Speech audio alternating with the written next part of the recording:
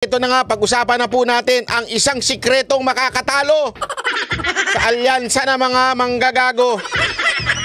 Walang iba kung hindi ang kanilang presidente. Ito na nga po mga kababayan. Ito na ho sigurado, ito na siguradong magpapatalo ho dito sa alyansa nitong mga senador na ito. Kasi alam nyo kung bakit? Alam nyo yung mga Pilipino. Ito, sasabihin ko lang sa inyo ito Ang mga Pilipino, kaya ho nilang malaman kung ikaw ay totoo o hindi. Alam nila kung nagpe-pretend ka lang. Alam nila kung ikaw ay makatotohanan. Hindi ho yan nabobola, hindi ho yan napapaikot ng mga Pilipino. Kaya nga ho mga kababayan, importante, kaya nga pansinin ninyo, bakit mas pumutok ang social media kesa sa telebisyon? Bakit yung mga artistang mas sa TV hindi ganun kasikat, pero pagdating sa social media, nung nag-vlog sila, doon sila mas lalong sumikat. Alam nyo kung bakit? The secret in life, it's being authentic, ika nga. Yung maging totoo ka. Ayaw ng Pilipino ang tanso. Ayaw na ayaw niya ng mga Pilipino yung mga tanso. Kaya nga importante maunawaan natin na unang araw pa lamang yung proclamation ng ay ano pa ho, dyan pa lang sa simula, alam mo na kagad matatalo sila. Alam mo kung bakit, kanyo? Kasi ang ginamit ba naman, yung salitang suka. Dahil po dyan sa suka na yan, mga kababayan, alam naman po natin ang ginagawa ng suka, di ba? Pagka nilagay mo dyan yung kwintas ng ginto, dyan mo malalaman kung ang isang ginto ay pure o di kaya tanso. So ang talagang sumisira sa tanso itong mga suka. Pero hindi yan ang pag-uusapan natin. More than that. Ang pag-uusapan natin, hindi lamang po yung komento ni Marcos na tungkol doon sa suka. Pag-usapan natin yung awayan ng Marcos versus Marcos.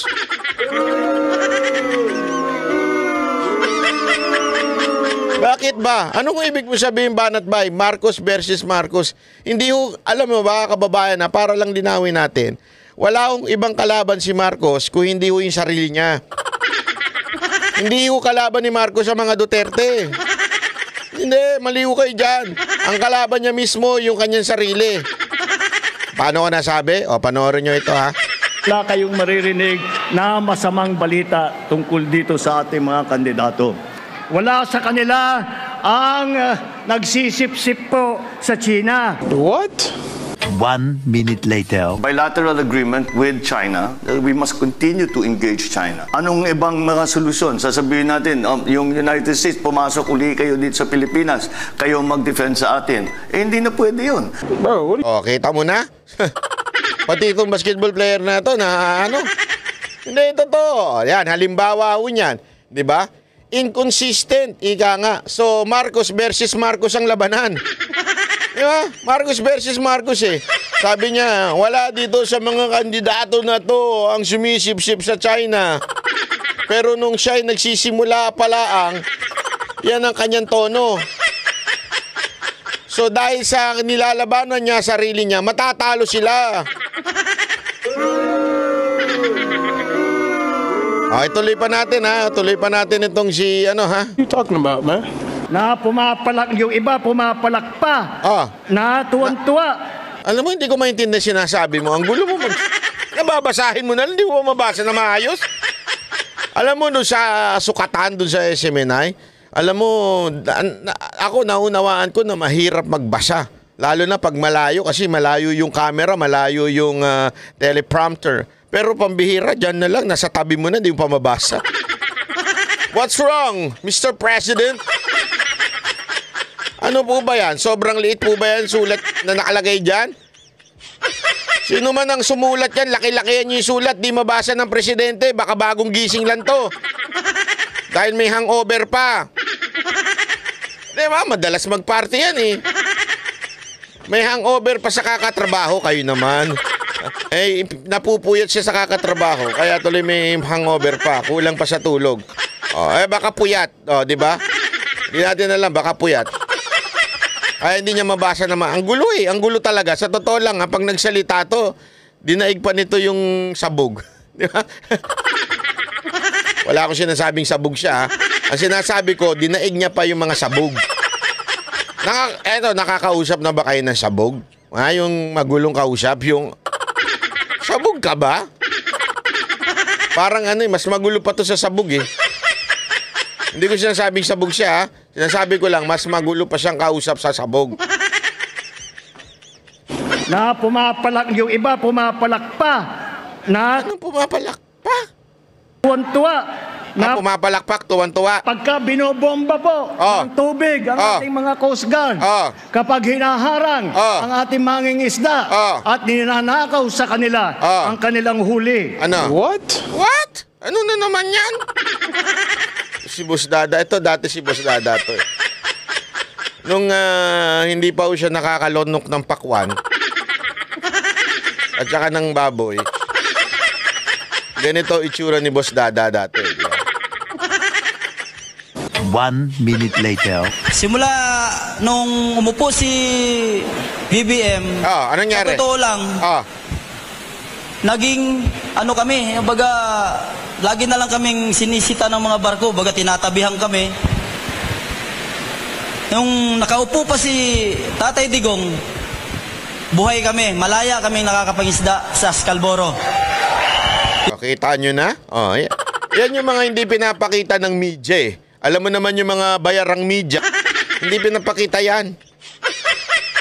Yung mga hindi pinapakita yan. Yan ang matunay na mangingisda, di ba? Sinasabi, nung panahon ni Duterte, nakakangisda kami. Pero ngayon, hindi na. Tapos sasabihin ni Marcos na kesyo, ngayon daw parang mas okay ang mga mangingisda. Ito po ang totoo. Hoy! Anak ng wewe, ba't lumabas to? Si Red Horse. Wala sa kanila ang may bahid ng dugo dahil sa tukhan. Ha? What? What? Naku po. Sino kaya ang kokontra sa kanya? 1 minute later. Enrile would give a qualified admission that human rights abuses were committed, not just against those who sought to oust President Marcos, but against opposition leaders and even journalists. So you're acknowledging that there were human rights violations and there were killings There's during no martial law? question that there were. Tawa-tawa tuloy si Pacquiao. Hindi, alam mo, sa totoo lang ito ang problema kay Marcos eh. Minsan kasi, dahil siguro bagong gising dahil puyat, Puyat siguro. Hindi, may hangover siya mga kababae. Linawin natin, when I say hangover, wala akong ibig sabihin iba. Hangover, kakatrabaho. Masyadong puyat si Marcos sa kakatrabaho. Trabaho ng trabaho yan. Puyat. Siguro, kaya ganyan yan. Hindi niya nababasa yung script niya. Kasi parang, alam mo, nung panahon ng nangangampanya si Marcos, yung 2022, hindi naman po siya ganyan. Hindi nga siya nagsasalita, hindi nga siya nagpapaliwanag eh. Ewan ko ba ngayon, bakit tila nagbago siya ng imahe? Biglang bumabanat na siya ngayon. Di ba? Hindi ko alam, nanonood ka ba ng Banat Bay? Ba't bumabanat ka?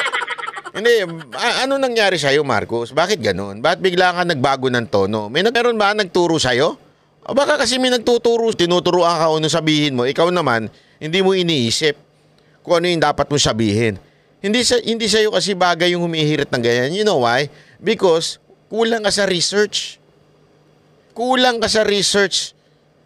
Yung sasabihin mo, remember, yan ang akusasyon sa buong pamilya mo. Tanda mo, no buong pamilya mo noon, sino ho ba ang pasimuno ng martial law noon? Sino po ba ang mismong si Enrile inamin na there were abuse on the time of your father. Si Enrile nakatabi mo. Si Enrile na presidential advisor mo. So ibig sabihin, kulang ka sa research, boy. Ibig sabihin, kulang ka. Huwag ka nang humirit dahil mapapaya ka lang, hindi mo alam yung sinasabi mo.